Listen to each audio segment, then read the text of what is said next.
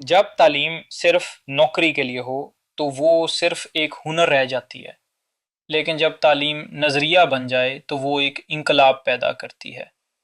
ہمارے عظیم مسلم مفکرین جیسے امام غزالی، علامہ ابن خلدون، سر سید احمد خان اور علامہ اقبال نے تعلیم کو ایک روحانی، اخلاقی اور سماجی مشن سمجھا، ایک ایسا نظریہ جو آج کی جدید دنیا بھی اپنانے کی کوشش کر رہی ہے۔ تو آئیے اس پوڈ کاسٹ میں ان خیالات کی دنیا میں داخل ہوں جو صدیوں پر محیط حکمت کا خزانہ ہیں۔ اگر آپ کو یہ ویڈیو پسند آئے تو ہمارے چینل کو سبسکرائب، لائک اور شیئر ضرور کیجیے گا تاکہ علم کی یہ روشنی سب تک پہنچ سکے۔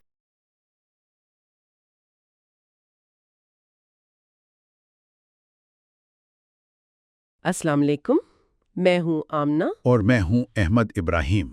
آج ہم کچھ بہت ہی اہم مسلم مفکرین جیسے امام غزالی، ابن خلدون، سر سید احمد خان اور علامہ اقبال ان کے تعلیمی نظریات پر بات کر رہے ہیں۔ جی بالکل، اور یہ شخصیات دیکھیں تو مختلف صدیوں سے تعلق رکھتی ہیں۔ ہاں، لیکن ایک بات ان سب میں مشترک نظر آتی ہے، وہ ہے تعلیم کی اہمیت، فرد کے لیے بھی اور معاشرے کے لیے بھی۔ بالکل، اور یہ دیکھنا بڑا دلچسپ ہے کہ ہر ایک نے اپنے وقت کے حساب سے تعلیم کے کیا مقاصد بتائے، کیا طریقے تجویز کیے۔ آج بھی ان کی باتیں ہمارے لیے کارآمد ہو سکتی ہیں۔ تو پھر امام غزالی سے شروع کرتے ہیں۔ ان کا نام سنتے ہی ذہن میں ایک روحانی اور اخلاقی تصویر ابھرتی ہے۔ یقیناً، غزالی کے لیے تعلیم کا جو اصل مقصد تھا وہ صرف دنیا کمانا نہیں تھا۔ اچھا؟ جی، بلکہ معرفت حق، یعنی اللہ کو پہچاننا اور اپنے نفس کو پاک کرنا، تزکیہ نفس جسے کہتے ہیں۔ تو مطلب صرف کتابیں پڑھ لینا کافی نہیں تھا ان کے نزدیک؟ ہرگز نہیں، وہ کہتے تھے بچوں کی تربیت میں اخلاق، دین کا شعور اور ہاں، کھیل کود بھی، یعنی ایک متوازن نشوونما۔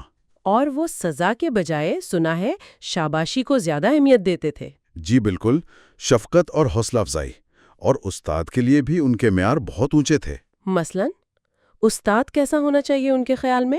دیکھیں، علم تو ہو ہی، لیکن ساتھ میں بے لوسی ہو، طلباء کے لیے ایک مثال بنے، نرمی سے سمجھائے اور ہر بچے کی الگ صلاحیت کو پہچانے۔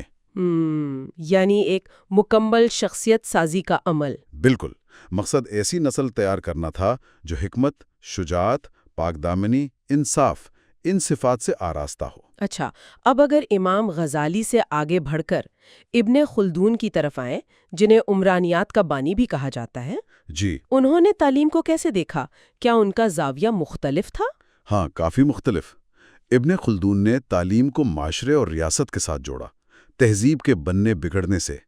یہ تو بہت وسیع تناظر ہے۔ جی، اور ان کا سب سے زیادہ زور اس بات پر تھا کہ تعلیم کا مقصد رٹا لگانا نہیں ہے، بلکہ ملکہ و درک پیدا کرنا ہے، یعنی کسی علم یا ہنر میں پختگی، ایک گہری سمجھ پیدا کرنا۔ اچھا، ملکہ یعنی مہارت۔ بالکل، کیونکہ رٹی ہوئی چیز تو بھول جاتی ہے، لیکن جو سمجھ اور مہارت آ گئی وہ باقی رہتی ہے۔ اور یہ مہارت حاصل کیسے ہو؟ ان کا کوئی طریقہ تھا؟ اور سنا ہے وہ مار پیٹ کے بھی سخت خلاف تھے۔ جی، وہ کہتے تھے کہ آہستہ آہستہ سکھاؤ، آسان سے مشکل کی طرف جاؤ، ایک وقت میں ایک ہی مضمون پڑھاؤ تاکہ بچہ الجھے نہ۔ اور سفر کو بھی انہوں نے علم حاصل کرنے کا ذریعہ کہا، الگ الگ استادوں سے ملنا، ماحول دیکھنا۔ اور سزا؟ سزا کے تو وہ شدید مخالف تھے، کہتے تھے اس سے بچہ ڈرپوک بنتا ہے، جھوٹ بولتا ہے، خود اعتمادی ختم ہو جاتی ہے، شخصیت بگڑ جاتی ہے۔ یہ تو بہت اہم نکتہ ہے۔ انہوں نے 3 ستون بتائے تعلیم کے: استاد، طالب علم اور طریقہ کار یا نصاب۔ ٹھیک، اب ذرا وقت میں آگے چلتے ہیں، ہندوستان میں سر سید احمد خان کی طرف۔ 1857 کے بعد کے حالات تھے۔ جی، ایک بالکل مختلف چیلنج، مسلمانوں کی پسماندگی۔ تو سر سید نے اس کا حل کیا نکالا؟ سر سید کو لگا کہ بھائی اگر مسلمانوں کو دوبارہ اپنے پیروں پر کھڑا ہونا ہے تو جدید مغربی تعلیم حاصل کرنی ہوگی، سائنسی سوچ اپنانی ہوگی۔ علی گڑھ تحریک اسی لیے تھی؟ بالکل، علی گڑھ کالج، پھر سائنٹیفک سوسائٹی، تہذیب الاخلاق رسالہ، یہ سب اسی کوشش کا حصہ تھے۔ مقصد صرف نوکریاں نہیں تھا، بلکہ ایک سوچ بدلنا تھا، اقلیت پسندی لانا تھا۔ لیکن ان پر یہ اعتراض بھی ہوتا ہے کہ وہ مغرب سے کچھ زیادہ ہی متاثر تھے، کیا یہ درست ہے؟ دیکھیں، یہ ایک پیچیدہ معاملہ ہے۔ وہ مغربی علوم کو ضروری سمجھتے تھے بالکل، لیکن اپنی شناخت کی قیمت پر نہیں۔ اچھا۔ ان کا وہ مشہور قول ہے نا، فلسفی دائیں ہاتھ میں، سائنس بائیں ہاتھ میں اور کلمہ کا تاج سر پر۔ ہاں، سنا ہے۔ تو وہ دین اور دنیا کو ساتھ لے کر چلنا چاہتے تھے۔ البتہ یہ صحیح ہے کہ ان کا بنیادی زور دنیاوی تعلیم اور عملی ضرورتوں پر زیادہ تھا۔ وہ قومی ترقی کے لیے تعلیم کو لازمی سمجھتے تھے۔ اور پھر آتے ہیں علامہ اقبال۔ وہ سر سید کے کام کو کیسے دیکھتے تھے؟ اقبال سر سید کی کوششوں کے بہت قائل تھے۔ ان کی ایک نظم بھی ہے، سید کی لوہے تربت۔ جی، میں نے پڑھی ہے۔ دونوں ہی سمجھتے تھے کہ مسلمانوں کو جمود سے نکلنا ہوگا، آگے بڑھنا ہوگا۔ دونوں نے اسلام کی ایک نئی متحرک تشریح یعنی اجتہاد کی ضرورت پر زور دیا۔ یہ اجتہاد اور نئے علم الکلام کی بات جو دونوں نے کی، اس کا کیا مطلب تھا؟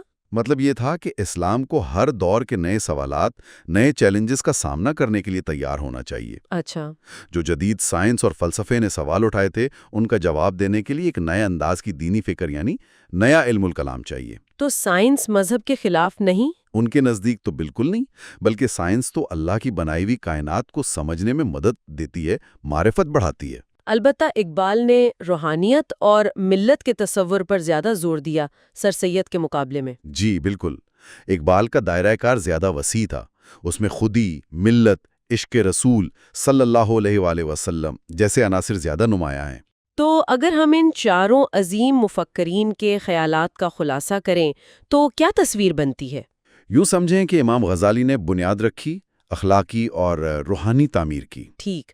ابن خلدون نے اسے معاشرتی حقائق اور نفسیات سے جوڑا، عملی تدریس کے اصول دیے۔ پھر سر سید؟